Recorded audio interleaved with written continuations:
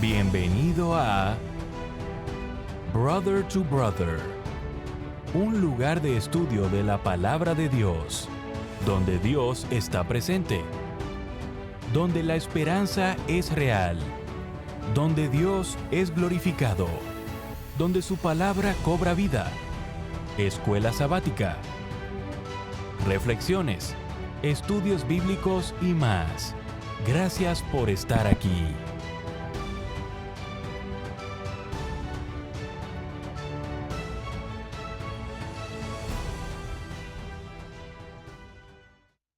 Muy bienvenidos a su programa Brother to Brother. Les saluda su hermano, su amigo Gerson Anaya. Una vez más contentos porque podemos compartir con ustedes estos estudios y contentos también porque sabemos de que todos juntos estamos creciendo en el conocimiento y en las enseñanzas sobre las pruebas, sobre los crisoles, y creo que así ha sido muy provechoso, al menos para su servidor lo ha sido, en la manera de ver cómo Dios trabaja, cómo Dios nos siempre está con nosotros. Así es que no vamos a perder más tiempo. Recuérdense de traer su lección, de traer algo que puedan apuntar y sobre todo, ¿verdad? Que se les olvide su Biblia, porque es en donde corroboramos todo lo que estamos enseñando. Acompáñenme entonces reverentemente, vamos a orar y por favor. Padre, una vez más, hemos llegado a otra semana. Usted lo ha permitido, nos da la vida, nos da los medios por cual podemos transmitir y estamos muy agradecidos por eso. Pero requerimos, Señor, de su perdón, que usted nos limpie tanto nuestra mente como nuestro corazón para poder, Señor, así discernir, poder entender las palabras que usted trae hacia nosotros, las enseñanzas que usted nos presenta en este día, para poder, Señor, así atesorarlas en nuestros corazones, poder guardar esas enseñanzas, pero sobre todo poder practicarlas al momento que sean necesarias. Condúzcanos a través del Espíritu Santo a este estudio y bendiga a aquellos que van a estar, Señor, conectándose, a los que van a estar mirando el video.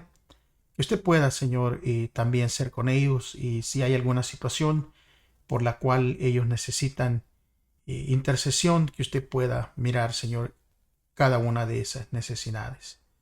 Oramos para que usted recupere a los enfermos, conocidos, familiares, amigos, tanto cercanos como lejanos. Y sabemos que usted está bajo el control de todas y cada una de las cosas. Pedimos, Señor, todos estos favores, no con merecimiento alguno. Simplemente, Señor, nos aferramos a los méritos de nuestro Señor y Salvador, el Señor Jesús. Amén. Muy bien, mis hermanos, llegamos a esta semana. El tema está en pantalla. Recuérdese que el trimestre, el título es En el crisol, no solos, pero en el crisol con Cristo. Y el título de ahí lo podemos ver, Luchando con la fuerza de Cristo. Y vamos a ir entonces leyendo el versículo para memorizar que se encuentra en el libro de Colosenses capítulo 1 y versículo 29. Lo vamos a leer entonces todos juntos, búsquelo en su Biblia. Dice: por eso me afano, luchando con la fuerza de Cristo que actúa poderosamente en mí. En la introducción viene esta historia en donde se sientan a dos personas, un hombre y una mujer, y este era un programa de entrevistas. En este programa de entrevistas, ambos de las personas habían experimentado la pérdida de un hijo, algo doloroso, algo tremendo. El hijo de la mujer había sido asesinado hace 20 años, pero ella todavía tenía ese dolor, esa amargura, y seguían allí vivos como siempre. Sin embargo, la actitud del hombre era totalmente diferente. Su hija había sido asesinada por terroristas hace unos pocos años, y él hablaba justamente del perdón, y el perdón para los que habían asesinado a sus hijas, y sobre cómo Dios había transformado su dolor. Aunque el dolor es terrible, este hombre se convirtió en una ilustración de cómo Dios puede brindar sanidad en los momentos más oscuros de nuestra vida. ¿Cómo dos personas pueden responder de manera tan diferente ante una situación similar? ¿Cómo se produce el cambio espiritual en la vida de un cristiano? ¿Qué le permite madurar en medio de los crisoles de la vida en vez de sentirse completamente abrumado por ellos? Daremos un vistazo esta semana para ver cuál es el papel de nuestra fuerza de voluntad en la batalla contra uno mismo y el pecado. También veremos cómo podemos evitar el error de permitir que nuestros sentimientos gobiernen las decisiones que tomamos. Y también por qué debemos perseverar y no rendirnos cuando estamos en el crisol. Bueno, sin más pérdida de tiempo, continuemos. Dele vuelta a la página para el día domingo. Y en el día domingo usted va a ver que el título es El Espíritu y de verdad. ¿Alguna vez, hermano, amigo, usted ha orado a Dios para que lo cambie, para que lo haga tal vez una persona más paciente, tal vez una persona más buena, más sensible al dolor de los demás, tal vez una persona más amable? Pero usted va viendo que conforme usted ora, pero no ve a veces los cambios. ¿Y cómo es posible entonces que oremos pidiendo que el gran poder transformador de Dios obre dentro de nosotros, pero nuestra vida aparentemente continúe siendo la misma? Y nosotros sabemos que Dios tiene recursos sobrenaturales ilimitados que Él nos ofrece. Y que realmente queremos sacar provecho de todo, pero sin embargo, nuestra vida no parece cambiar de una manera que concuerde con lo que Dios ofrece. Y la pregunta sería, ¿por qué? Bueno, por una simple razón. Si es bien que el Espíritu tiene poder ilimitado para transformarnos con nuestras decisiones, es posible que limitemos lo que Dios puede hacer. Es posible que el problema se encuentre no en lo que Dios quiere hacer, sino en que nosotros no permitamos que Dios obre en nuestras vidas. Para ir entrando en contexto, para ir pudiendo entender de lo que estamos hablando, busquen su Biblia, el capítulo 16 del libro de Juan. Y yo espero que cuando estén viendo este video tengan su Biblia, porque es muy importante para que ustedes lean junto conmigo y puedan así percibir el contexto de la enseñanza. Así es que el capítulo 16 del libro de Juan, vamos a abrirlo allí y vamos a leer del versículo 5 al 15. Vamos a leer un poco esta semana, vamos a leer para poder entender. Así que versículo 5 dice, versículo 16, 5 dice, ahora vuelvo al que me envió, pero ninguno de ustedes me pregunta, ¿a dónde vas? Al contrario, como les he dicho estas cosas, se han entristecido mucho. Pero les digo la verdad, les conviene que me vaya, porque si no lo hago, el Consolador no vendrá a ustedes. En cambio, si me voy, se lo enviaré a ustedes. Y cuando Él venga, convencerá al mundo de su error en cuanto al pecado, a la justicia y al juicio. En cuanto al pecado, porque no creen en mí. En cuanto a la justicia, porque voy al Padre y ustedes ya no podrán verme. Y en cuanto al juicio, porque el príncipe de este mundo ya ha sido juzgado. Muchas cosas me quedan aún por decirles, que por ahora no podrían soportar. Pero cuando venga el Espíritu de la verdad, Él los guiará a toda verdad, porque no hablará por su propia cuenta, sino que dirá solo lo que oiga y les anunciará las cosas por venir. Él me glorificará, porque tomará de lo mío y se lo dará a conocer a ustedes. Todo cuanto tiene el Padre es mío. Por eso les dije que el Espíritu tomará de lo mío y se los dará a conocer a ustedes. En este pasaje, Jesús llama al Espíritu Santo el Espíritu de verdad, de acuerdo con Juan 16:13. ¿Qué implica esto que el Espíritu Santo hace por nosotros? O sea, ¿de qué nos está hablando aquí este pasaje? Si bien el Espíritu Santo nos puede mostrar la verdad sobre nuestra pecaminosidad, no puede el Espíritu forzarnos a arrepentirnos. También puede mostrarnos la mayor verdad acerca de Dios, pero no puede obligarnos a creer en ella ni a obedecerla. Por esta simple razón: si Dios nos obligara de alguna manera, aunque sea mínima, perdiéramos el libre albedrío. Y entonces Satanás acusaría a Dios de manipular nuestra mente y corazón y de hacer trampa en este gran conflicto en que nos encontramos. Cuando estalló el gran conflicto en el cielo, nuestro Padre no obligó a Satanás ni a ninguno de los ángeles a creer que Él era bueno y justo. Ni a los ángeles caídos tampoco los obligó ni los manipuló para que se arrepintiesen. Y en el jardín del Edén, cuando nuevamente había muchas cosas en juego, Dios dejó muy en claro la verdad sobre el árbol que estaba en medio del huerto, pero no impidió que Adán y Eva ejerciesen su libre albedrío para desobedecer.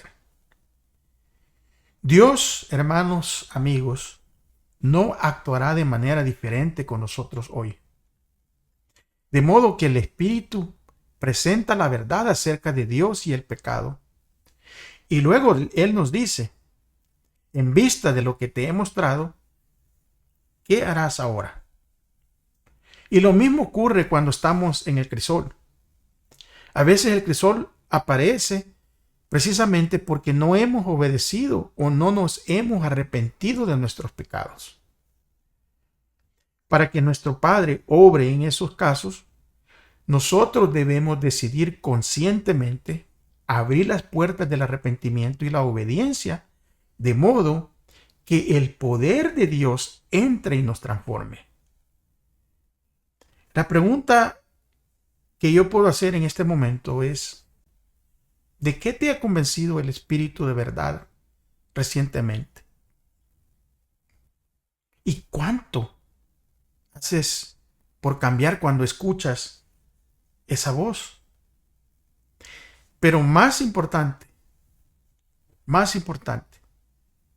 ya que tú recibes ese convencimiento de parte del Espíritu de verdad, después de haber escuchado el llamado de amor del Espíritu de verdad, más aún la pregunta importante es: ¿qué decisión vas a tomar con tu libre albedrío? Porque esa decisión puede tener consecuencias incluso eternas. Y es por eso que el Espíritu de verdad nos expone todo el panorama, nos da todas las herramientas, pero la decisión de utilizar las herramientas, la decisión del cambio, está únicamente en mí. Eso recae sobre mí. Nadie más puede cambiar por nosotros. Nadie más puede tomar esa decisión. Las decisiones las tengo que hacer yo mismo. Y es por eso que es muy importante que vayamos entrelazando las enseñanzas de ver el espíritu de la verdad con lo que nos habla el día lunes, que habla de la cooperación divina y la cooperación humana. La cooperación divina o humana. ¿Cuál es tu mayor realización que has tenido en esta vida? Y sea lo que fuere, lo más probable es que no haya ocurrido simplemente al levantarte de la cama en una mañana. Porque si queremos lograr algo que valga la pena en esta vida, se necesita tiempo y se necesita esfuerzo. Bueno, ser discípulos de Cristo no es diferente. Se necesita tiempo, pero se necesita nuestro esfuerzo también. Para que nosotros miremos cómo aún el apóstol que escribe aquí en Colosenses capítulo 1 y versículo 28 y 29, que es lo que vamos a leer ahorita, búsquenla por favor, para que miremos cómo se entrelaza la cooperación divina con la cooperación humana. Colosenses 28, el capítulo 1. Así que léanlo, por favor, búsquenlo. Dice de esta manera: a este Cristo proclamamos, aconsejando y enseñando con toda sabiduría a todos los seres humanos, para presentarlos a todos perfectos en Él. Versículo 29. Con este fin trabajo y lucho fortalecido por el poder de Cristo que obra en mí. Si bien el apóstol Pablo en este capítulo habla, en estos versículos, habla de que Dios obraba en él, ¿de qué manera también muestra el esfuerzo humano? ¿De qué manera está mostrando el esfuerzo humano? Mire lo que dice allí exactamente en el versículo 29. Porque allí hay una perspectiva muy interesante de la forma en que Pablo puede ver su relación con Dios en esta obra. Porque él dice que él lucha, pero la lucha la hace con el poder de Dios. Y aquí la palabra que viene de trabajo significa cansarse, o sea, trabajar o obrar hasta quedar exhausto. Esta palabra se utiliza específicamente para los atletas cuando entrenaban. Esta palabra que se utiliza para luchar, que viene a continuación en algunos idiomas, esto puede significar incluso agonizar. Por ende, nosotros tenemos la imagen verbal de un atleta que se esfuerza con todo para ganar. Pero luego Pablo agrega un giro a la idea, porque él no se está esforzando con todo lo que él tiene, sino con todo lo que Dios le da. Por consiguiente, nos quedamos con esta sencilla conclusión sobre el ministerio de Pablo, que este ministerio era un ministerio que realizaba con gran esfuerzo y disciplina personal, pero lo hacía con el poder de Dios. Y esta relación funciona exactamente de la misma manera con nosotros, cuando procuramos desarrollar el carácter de Cristo. Es importante recordar esto, porque vivimos en un mundo en el que cada vez queremos más, pero con menos esfuerzo. Y lamentablemente esta idea se ha infiltrado en el cristianismo. Está infiltrada ya en el cristianismo. Algunos cristianos quieren llevar el nombre cristiano, pero no quieren esforzarse, no quieren tomar el tiempo, no quieren recordar de que son diferentes, de que somos diferentes, porque se están adaptando a lo que el mundo está viviendo hoy en día, donde el mundo quiere más cosas, pero con menos esfuerzo. Y esa idea que se lleva también en el cristianismo, es por eso que mucha gente, no sé si usted se ha dado cuenta, mucha gente está incluso haciendo pedidos para sanidad, pedidos para problemas que hay tal vez en los matrimonios, tal vez problemas que hay tal vez de salud, problemas económicos, problemas de trabajo. Mucha gente está haciendo pedidos a personas como si eso fuera algo remoto, como si fuera algo que yo puedo ordenar ahora, como hay estos servicios, ¿verdad? De comida a domicilio, de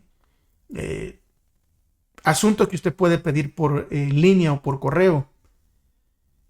La gente no quiere esforzarse.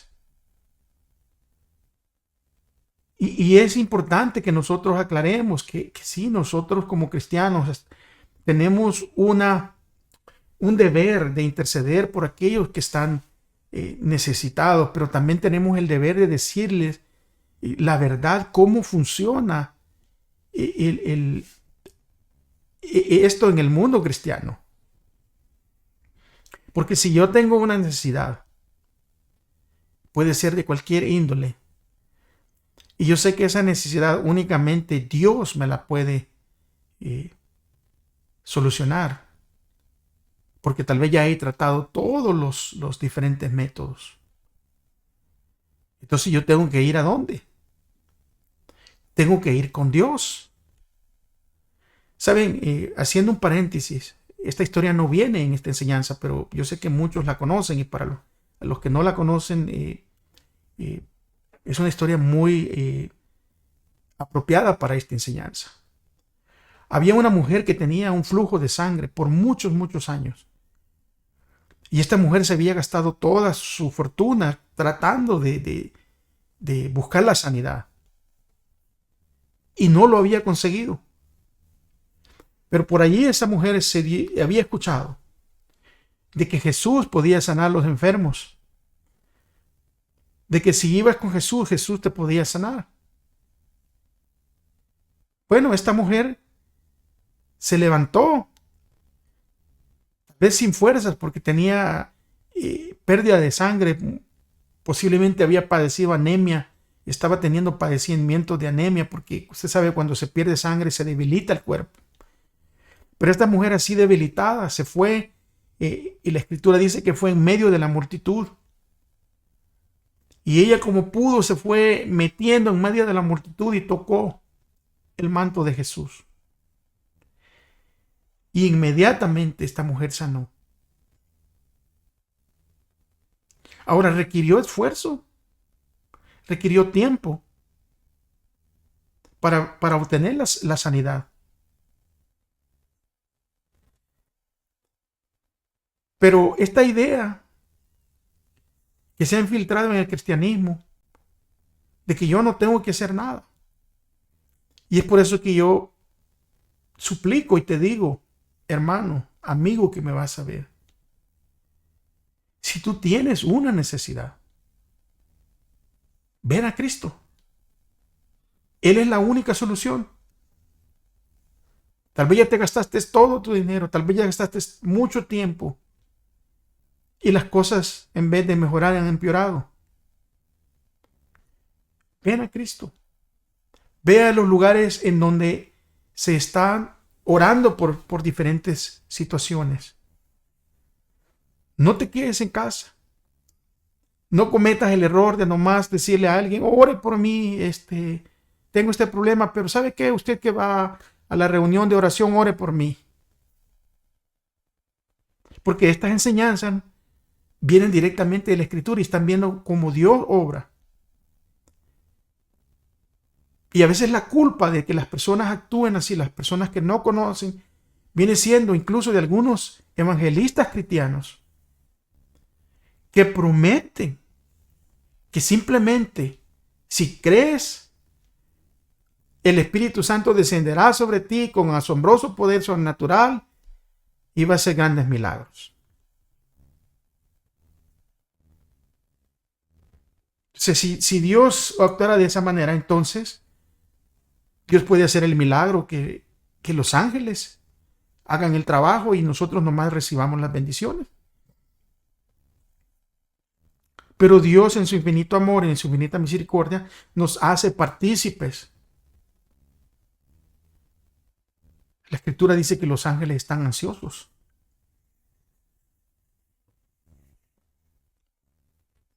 Pero este tipo de pensamiento, donde yo simplemente creo y Dios va a hacer todo, yo no tengo que moverme, esto puede ser una peligrosa verdad a medias, porque puede llevar a la conclusión de que solo tenemos que esperar, o sea, sentado en que el poder de Dios venga sobre nosotros mientras estamos cómodamente allí, cómodamente sin hacer nada. Y la pregunta es, ¿tienes alguna experiencia con el tipo de lucha de las que Pablo habla? ¿Qué cosas has puesto? O sea, ¿qué cosas ha puesto Dios en tu corazón con las que estás luchando? ¿Cómo puedes aprender a rendirte a la voluntad de Dios? Primeramente buscando la fuente de todo esto, que es Dios mismo. Y de ahí va a depender todo lo demás. Pero para que esto se lleve a cabo, la cooperación divina, humana, para que esto funcione, se necesita una voluntad disciplinada. Y de eso nos habla el siguiente día, martes. Porque uno de los mayores enemigos de nuestra voluntad son nuestros propios sentimientos.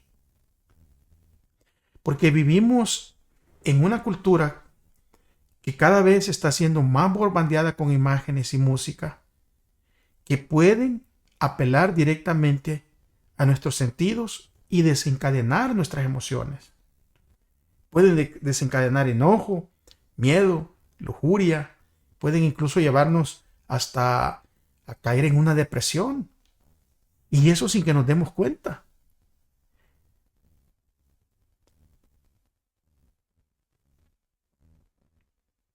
¿Con cuánta frecuencia pensamos nosotros en cosas como ¿de qué tengo ganas de comer para la cena? ¿O de qué tengo ganas de hacer hoy? ¿O me siento bien comprando esto? Y es de esta manera los sentimientos han llegado a estar íntimamente relacionados con nuestra toma de decisiones. Ahora, los sentimientos no son necesariamente malos. O sea, no tenemos que confundir, no, ¿verdad? No estoy diciendo que no tenemos que tener sentimientos. Pero lo que siento con respecto a algo puede tener poco que ver con lo que es correcto o con lo que es mejor para mí. Porque los sentimientos me pueden llevar a hacer las cosas incorrectas que me van a dañar a mí mismo. Y por cierto, incluso los sentimientos nos pueden llegar a mentir, nos pueden llegar a engañar.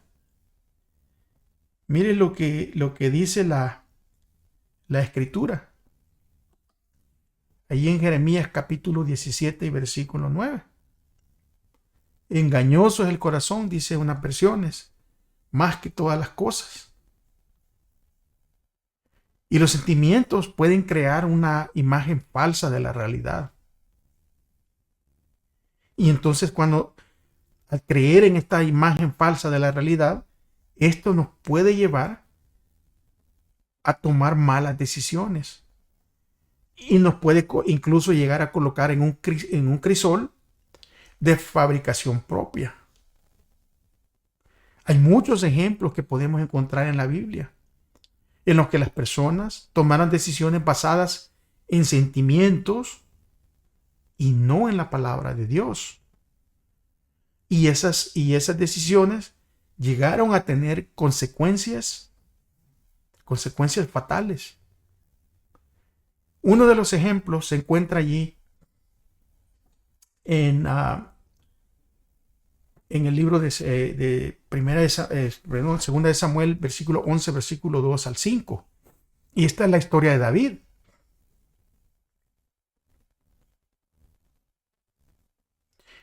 Dice el versículo 2,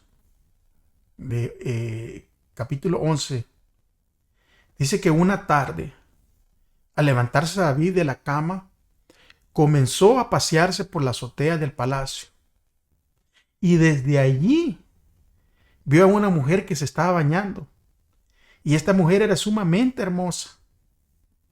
Por lo que David mandó a que averiguaran quién era y le informaron que se trataba de Betsabé, que es hija de Elián y esposa de Urías el hitita. Quiero parar ahí. David hace una decisión. Cuando ustedes leen todo este capítulo 11, el contexto es que David tendría que haber estado en la guerra, porque era el rey, era el tiempo de guerra, era el tiempo donde el ejército salía a las batallas. Pero David hizo la decisión, ¿verdad? No la que Dios había dicho cómo eran las cosas, sino la que él sintió en su corazón y se quedó en casa. Se levanta por la tarde, ve a esta mujer y ahora su sentimiento carnal de hombre le llevó a tomar la decisión de mandar a averiguar quién era. Ahora, la información que se le da a David hasta este momento en el versículo 3 hubiera sido una información para que él hubiera tomado una decisión correcta y no dejarse llevar por su sentimiento, porque le identificaron a la mujer. Elián era un súbdito fiel y consejero, ¿verdad? Del reino de David, y Urías, que era el esposo de esta mujer, era uno de los mejores guerreros de su ejército, conocido por David. Pero David hace la decisión. Dice el versículo 4 que entonces David ordenó que la llevaran a su presencia. Imagínense, sabiendo que era casada con uno de sus mejores guerreros y que era hija de Elián, uno de sus consejeros, ordena que se la lleven. Y cuando Betsabé llegó, dice el versículo, él se acostó con ella. Después de eso, ella volvió a su casa. Hacía poco que Betsabé se había purificado de su menstruación, así que quedó embarazada y se lo hizo saber a David.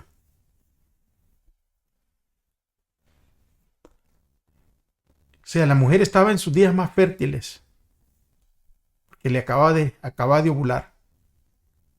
David se acuesta con ella, queda embarazada, y entonces, ahora, de esta decisión a David le vino una consecuencia grave. Porque de ahí incluso pagaron inocentes. Ese hijo de este embarazo, Dios le dice que va a morir. Y le hace saber a David, a causa de esta decisión, de que de hoy en adelante en tu casa siempre habrán problemas graves. Usted lee la historia de David, léala. Uno de sus hijos abusó de su hermana. El otro hermano vino y mató a este que fue abusivo. Después su hijo Absalón le quería destronarlo y andaba buscándolo para matarlo. Imagínense. Todo eso por una decisión. Porque se dejó llevar por sus sentimientos. Ahora les quiero leer un pasaje de Primera de Pedro en el capítulo 1, versículo 13 a 16, en donde Pedro, sí, ese apóstol que era rápido para actuar, pero que hace la decisión correcta de someterse a la voluntad de Dios, tiene un cambio y ahora puede escribir esto. Primera de Pedro, capítulo 1, versículo 13 al 16. Mira lo que dice. Comenzando al versículo 13. Por eso, dispónganse para actuar con inteligencia. Tengan dominio propio. Pongan su esperanza completamente en la gracia que se les dará cuando se revele Jesucristo. Como hijos obedientes, no se amolden a los malos deseos que tenían antes, cuando vivían en la ignorancia. Más bien, sean ustedes santos en todo lo que hagan, como también es santo quien los llamó, porque escrito está, sean santos, porque yo soy santo. Ahora, ¿qué le preocupa aquí a Pedro? ¿Y qué quiere que hagan realmente sus lectores? Pedro comprendió que la mente es el timón del cuerpo que controlamos. Él entendió que la mente lo llevó incluso a él a hacer cosas en el pasado, en su principio como seguidor de Cristo, a hacer cosas equivocadas. Ustedes se recuerdan, ustedes saben que Pedro actuaba y después pensaba. Él hacía y después decía que hice. Pero ahora, en su crecimiento espiritual, Pedro comprende realmente que él tiene que tener un carácter propio, que él tiene que controlar a su cuerpo. Porque si le quitamos el control de la mente al cuerpo, entonces seremos controlados por cualquier sentimiento que se nos presente. Ahora imagínense que nosotros caminamos en un camino estrecho, ¿verdad? Hacia la casa. Y a lo largo del camino hay muchos senderos que conducen a diferentes direcciones. Y algunos de estos caminos tal vez dirigen a lugares que no queríamos visitar o que no quisiéramos visitar. Pero otros caminos parecen tentadores y apelan a nuestros sentimientos, a nuestras emociones y a nuestros deseos. Sin embargo, si tomamos alguno de ellos, no llegaríamos a casa, porque nos saldríamos del camino correcto e iríamos por un camino del que podría ser extremadamente difícil de salir. ¿Qué decisiones importantes estás enfrentando hoy en este día? Y pregúntate honestamente, ¿cómo puedo saber si baso mis decisiones en sentimientos, emociones o deseos y no en la palabra de Dios? Porque si no basamos nuestras decisiones en la palabra de Dios, puede ser que las consecuencias vayan a llegar a ser fatales. La voluntad, la disciplina, todo lo que hemos venido hablando.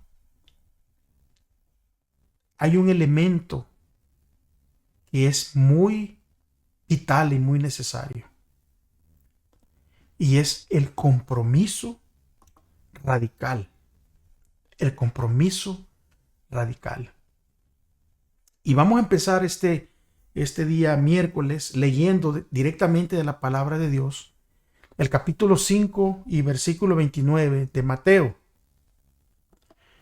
Y allí claramente la escritura dice allí en Mateo 5:29, si tu ojo derecho te es ocasión de caer, sácalo y échalo de ti, pues es mejor que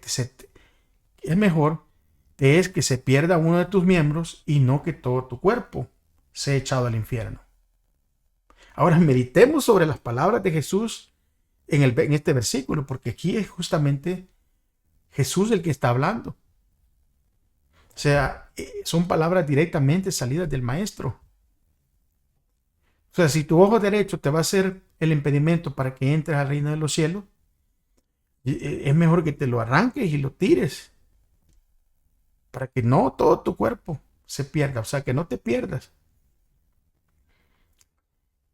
Y las palabras que usa Jesús aquí es, o sea, para que todo tu cuerpo no sea echado al infierno. Ahora, podríamos decir, ¿verdad?, que estas palabras son radicales. Si es así, ¿por qué? ¿Por qué son radicales? O sea, es necesario actuar en forma radical, no porque Dios haya hecho que la vida cristiana sea difícil, sino porque nosotros y nuestra cultura nos hemos alejado mucho de los planes de Dios. Es por eso que a veces tenemos que ser radicales. Es necesario ser radicales, actuar en una forma radical.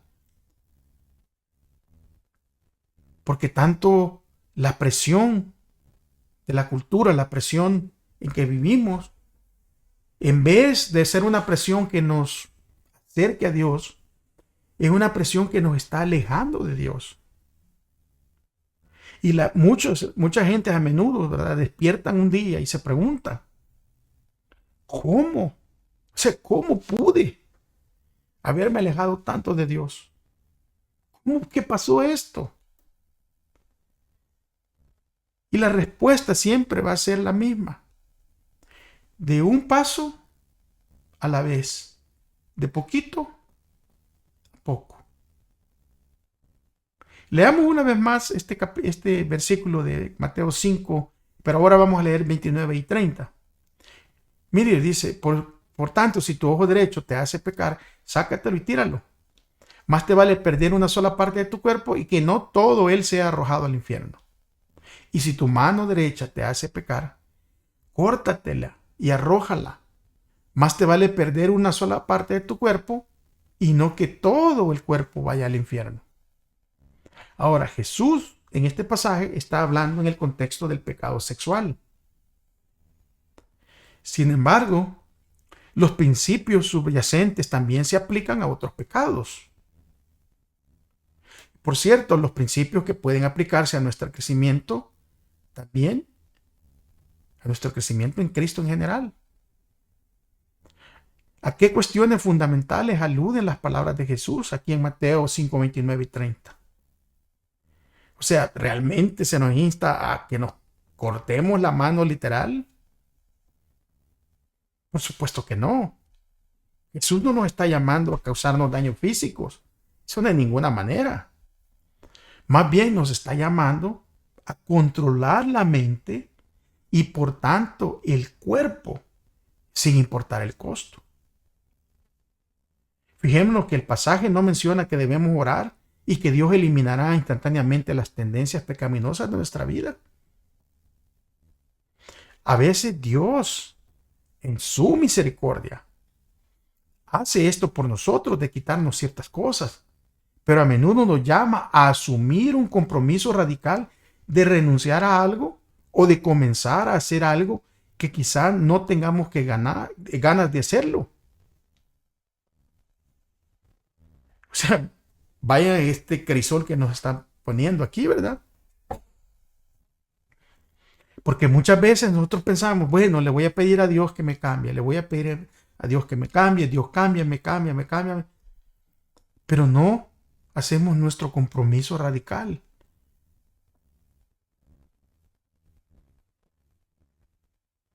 O sea, si tu problema es, por decir un ejemplo, si tu problema es, puede ser alcoholismo, bueno, no vayas a querer a esa cantina o a ese lugar y decir voy a ir a nomás a comerme los cacahuates que dan ahí, son sabrosos, pero no voy a tomar. O tal vez el problema puede ser la música. No vayas a decir, bueno, hoy no voy a poner de los CDs o de la música que traigo allí en mi vehículo, en mi carro, que no es cristiana. Porque para empezar, el compromiso radical fuera no ir a ese lugar donde hay alcohol y tampoco no traer esa música que no es cristiana en mi vehículo. Lo radical sería destruir eso, tirarlo a la basura. Porque ese puede ser el ojo o el brazo del que se está refiriendo Mateo 5, 29 y 30.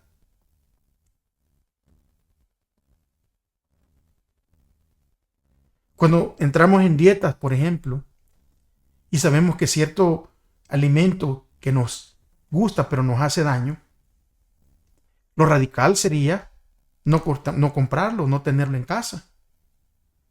Porque si tal vez pueden venir los deseos, el deseo de querer comer algo, puede ser, por ejemplo, la soda o gaseosa, como se le dice en otros países, que son muy malignas.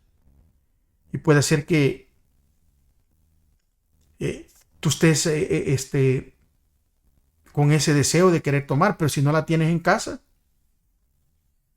entonces, claro, Dios va a hacer su parte de irte quitando esos deseos, pero tú haces tu parte de no tenerla allí enfrente de ti. Y por eso que cuanto más seguido tomemos decisiones correctas, más fuertes seremos y más débil será el poder de la tentación en nuestra vida. A veces Dios utiliza crisoles para llamar nuestra atención cuando hay muchas distracciones ruidosas a nuestro alrededor. Es en el crisol donde nos damos cuenta de cuántos nos hemos alejado de Dios. Porque el crisol puede ser el llamado de Dios para que tomemos la decisión radical de regresar al plan que nuestro Padre tiene para nosotros. Esa es la manera como Dios llama nuestra atención. Porque no nos obliga, simplemente nos ofrece esa salida. Pero para eso, para que nosotros conjuntemos todo lo de esta enseñanza de la semana. Si ustedes estudian en su lección, o en este video, usted puede retroceder y usted va viendo los títulos, cómo cada uno va conectado con el que sigue. Y es por eso que al tomar esa decisión radical, tal vez de no tener eso que nos hace daño a la mano, también tiene que haber un compromiso radical. Tiene que haber ese compromiso radical. En la historia, tiene que haber esa necesidad también de perseverar. Y aquí en la historia de Jacob, que es la historia que viene para este ejemplo este día, la necesidad de perseverar. Yo no puedo ser radical por dar un ejemplo, en ese alimento que no quiero tener porque me hace daño, o en esa bebida que me hace daño a mi cuerpo. No puedo ser radical nada más un día, hay que perseverar todos los días. Hay que perseverar todos los días, porque la perseverancia es necesaria para el cristiano. Es un elemento necesario para el cristiano perseverar. Incluso la escritura que dice que el que persevere hasta el fin, ese será salvo. En la historia de Jacob, que está en Génesis capítulo 32, y es donde Jacob lucha, ¿verdad? Lucha con Dios. Nosotros podemos ver lo que nos dice esa historia sobre la perseverancia, aún en medio de un gran abatimiento. Ahora, tomemos en cuenta el contexto de la situación de Jacob antes de responder. Porque podemos saber lo que está bien y ejercitar nuestra voluntad para hacer lo correcto. Pero cuando estamos bajo presión, puede ser muy difícil. Puede ser muy difícil mantenernos y aferrarnos a Dios y a sus promesas, porque a veces somos débiles y somos temerosos. Por ende, una de las fortalezas importantes del cristiano es la perseverancia, la capacidad de seguir adelante a pesar de querer darse por vencido. Y este ejemplo es uno de los mayores de perseverancia en la Biblia. Porque Jacob, muchos años antes, Jacob había engañado a su hermano Esaú y a su padre para que le asignaran la primogenitura en Génesis 27. Y desde entonces había estado huyendo por temor a que Esaú quisiera matarlo. Y tiene un sueño, y en su sueño, cuando iba huyendo, él ve una escalera que llegaba hasta el cielo. Y Dios le hace, ¿verdad? Le da una maravillosa promesa de conducción y bendiciones. Pero él todavía continuaba asustado. Jacob estaba desesperado por contar con la seguridad de que Dios lo aceptaba y de que las promesas que le había presentado muchos años antes, cuando había salido huyendo, todavía seguían vigentes. Ahora Jacob va a regresar y tiene que enfrentar a su hermano. Y en el camino, cuando lucha con alguien, ¿verdad?, en la oscuridad, que en realidad muchos de los comentaristas están de acuerdo de que es Jesús mismo el que está luchando, y en esa lucha que él está teniendo, porque él quiere recibir la bendición. Él se da cuenta que es Dios mismo y entonces Dios le toca la cadera y le disloca prácticamente la cadera. Ahora, desde ese momento de que, le zafó la cadera, lo más probable es que no haya podido seguir luchando, que no haya podido tener fuerzas para empujarse, para hacer eso es lo que se requiere para una lucha. Porque el dolor del dislocarse algo ha de haber sido un dolor insoportable. Insoportable. Su servidor hace muchos, pero muchos años, jugando fútbol, se dislocó una rodilla. Y ese dolor, hermanos, yo no podía hacer otra cosa nada más que agarrarme mi rodilla y gemir del dolor. Era un dolor insoportable. Entonces ha de haber pasado esto, que Jacob en ese momento, con ese dolor que tenía en su cadera, en su muslo, ha de haber pasado de luchar a simplemente, posiblemente aferrarse nada más, aferrarse de Jesús en medio de ese dolor insoportable. Y él decía, no suelto, hasta recibir, amigos y hermanos, hasta recibir esa bendición. Y él se aferra porque quería recibir la bendición aún con ese dolor insoportable. Y entonces la escritura dice que se le decía, suéltame, que ya está por amanecer. Y él dijo, aferrándose, no te soltaré hasta que me bendigas. La perseverancia de Jacob lo llevó a recibir esa bendición. Jacob recibió la bendición porque se mantuvo firme a pesar del dolor. Y lo mismo puede suceder con nosotros. Puede ser que en este momento estemos pasando por un dolor donde hayamos sido dislocados. Puede ser por una relación que hemos perdido. Puede ser por un familiar que hemos perdido. Puede ser porque hemos perdido el trabajo. Puede ser porque hemos perdido la salud. Pero aún en medio de ese dolor, tenemos que aferrarnos a Dios en medio de ese dolor. Porque Dios también puede dislocar nuestra cadera. Y Él mismo nos puede estar llamando a Él en medio del dolor.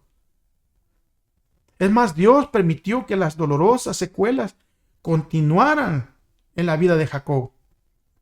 Porque él toda su vida continuó cojeando cuando se reencontró con su hermano. Las apariencias externas mostraban debilidad,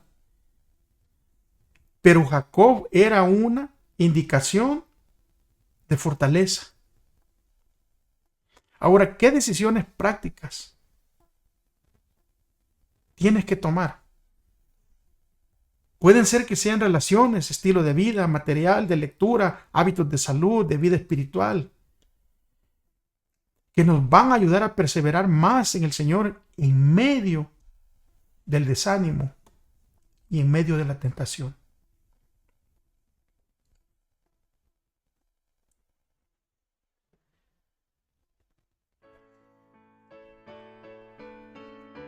Dios, amigos, hermanos, Dios permite que las pruebas nos asedien para que mediante su constancia y obediencia podamos enriquecernos espiritualmente y para que nuestro ejemplo sea una fuente de poder para otros. Porque Él mismo dice en su palabra, porque yo sé los pensamientos que tengo acerca de vosotros, dice Jehová. Pensamientos de paz y no de mal, Jeremías 29:11. Los mismos sufrimientos que prueban más severamente nuestra fe y que nos hacen pensar que Dios nos ha olvidado, sirven para llevarnos más cerca de Cristo, para que echemos nuestras cargas a sus pies y para que sintamos la paz que nos ha de dar a cambio. Dios siempre probó a su pueblo y lo llevó en el crisol de la aflicción, porque es en el fuego del crisol donde la escoria se separa del oro puro del carácter de cristiano. Jesús vigila la prueba. Él sabe que se necesita para purificar el precioso metal, a fin de que refleje la luz de su amor. Es mediante las pruebas estrictas y reveladoras como Dios disciplina a sus siervos. Él ve que algunos tenemos actitudes que pueden usarse en el progreso de su obra y nos somete a pruebas. En su providencia nos coloca en situaciones que prueban nuestro carácter y revelan defectos y debilidades que estaban ocultos para nosotros mismos. Él nos da la oportunidad de corregir estos defectos y de prepararnos para su servicio. Nos muestra sus propias debilidades y nos enseña a depender de Él, pues Él es la única ayuda y salvaguardia. Y así se alcanza su propósito. Somos educados, adiestrados, disciplinados y preparados a fin de cumplir el gran propósito para el cual recibimos estas capacidades. Cuando Dios nos llama a trabajar, estamos listos y los ángeles pueden ayudarles en la obra que debe hacerse en la tierra. Es por eso que a veces pasamos por dificultades. El propósito de Dios es prepararnos, no solo para que nosotros tengamos esa fortaleza en los momentos difíciles, sino como hemos visto en semanas anteriores. Y así como Dios nos consuela a nosotros, con ese consuelo que Dios nos da, Él nos prepara para que otros que estén sufriendo sean consolados por nosotros en medio del sufrimiento. Preparémonos para servir en las pilas del Señor. Porque hay un dicho que dice: cristiano que no sirve, simplemente no sirve. Gracias, mis amigos, mis hermanos, por haberse quedado hasta el final. Compartan este video. Para mí es un privilegio poder estar con ustedes semana a semana. Recuerden, hermanos, que el propósito de estas enseñanzas es prepararnos, que todos estemos listos para la pronta venida de Cristo Jesús. Un saludo a todos. Un saludo a aquellos que dejan sus comentarios. Eso nos anima a seguir perseverando. Es un elemento más para poder prepararnos cada semana. Recuerden que no hacemos esto con ningún fin monetario, con ningún fin de obtener ganancias. Gracias a la misericordia de Dios, Él suple nuestras necesidades y nos da a veces mucho más de lo que incluso necesitamos o merecemos. Es por eso, hermanos, que yo les aconsejo: prepárense, sigan estudiando, sigan enriqueciéndose espiritualmente, para que ustedes puedan ser las manos, los pies, la boca, los ojos de Jesús, para poder mirar las necesidades, poder llevar y suplir las necesidades de aquellos que están sufriendo y que no conocen a ese Cristo que ya pronto regresa. Termino. Nos vemos la próxima semana, si Dios lo permite y si Él no ha regresado. Y recuerden, amigos, recuerden, hermanos, si aman a Dios, demuéstrelo amando a su prójimo. Bendiciones. Hasta la próxima. Que el Señor les bendiga.